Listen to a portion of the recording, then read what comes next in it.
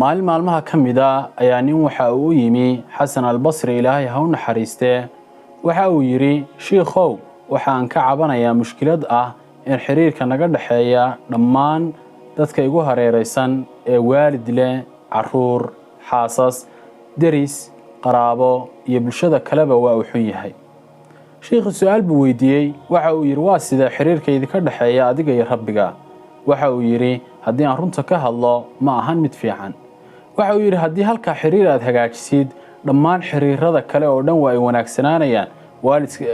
waalidkaagu waxay noqonayaan kuwa kuu duceeya awlaadaadu waxay noqonayaan baariyiin xaaskaaguna raaliyo derisku midku ixtiraama bulshaduna kuwa qadarin ku haya sababtoo ah xiriirkan wanaagsan aad Ilaahay la leedahay ayaa waxa ku dhex sugan sida wanaagsan ee aad bulshada ula dhaqmaysid adigana ay kula dhaqmayaan haddaba hagaajiya xiriirkeeda ka dhaxeeya idinka iyo rabbigeen bishaaro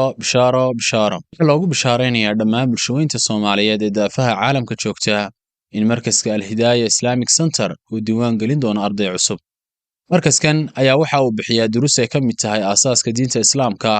sida higaada Qur'aanka oo hab tajwiid loo barayo aqoonta barashada farteena Soomaaliga ee dhaqanka iyo in waliba salaada laga saxo iyo waxyaalaha aqoonta ku tacalluqa haddii aad u baahan tahay waxaad nagala soo xiriiri kartaa lambarkan aan kuu sheegayo